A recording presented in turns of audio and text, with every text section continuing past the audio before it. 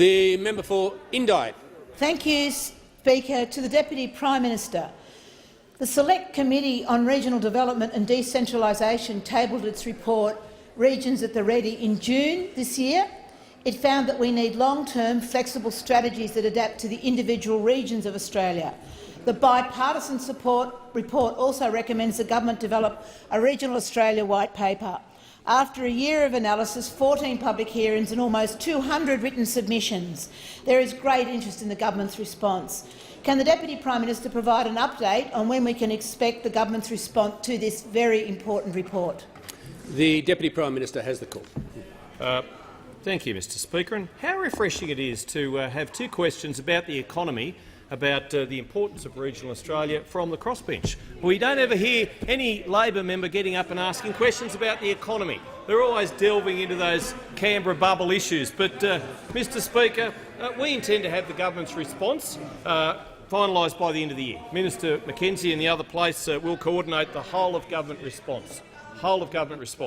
I note the member has indicated the number of roundtables and submissions to get to this point. That's part of the process, and this is a good thing. It's a good thing because people are interested in regional Australia, because the member knows, we know on this side that when our regions are strong, so too is our economy. When the regions are strong, so too is our nation.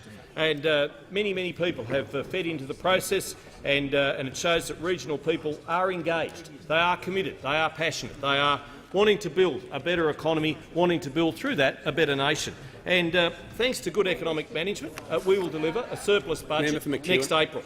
And next year that enables us to invest in the essential services and the infrastructure that regional Australians want, expect and deserve.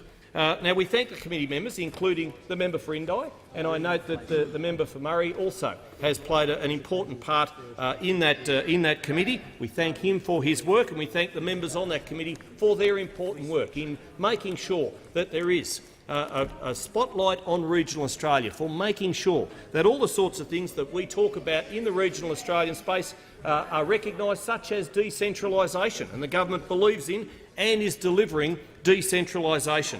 And we also welcome the interest in regional deals. And when it comes to regional deals, we talk about the Barkly deal at Tennant Creek in the Northern Territory and at Bundaberg Hervey Bay in the member for Hinkler's electorate. They are progressing and progressing well. The report will also be an important input into our policy development in these areas, including regional deals, including decentralisation and the all-important population strategy. Now, we believe rural and regional Australia deserves good long-term local jobs, and we're committed to doing just that, helping small business, helping them with the lowest tax rate for 78 years, for helping them with the instant asset write-off, for extending that measure which so many regional businesses have participated in.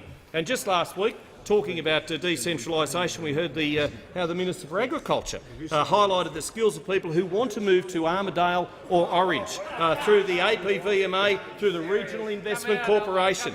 There were applications from across the world and across Australia for those important positions. And of course, we've got AMSA moving their regional headquarters to Coffs Harbour. 50 new jobs. 50 new jobs.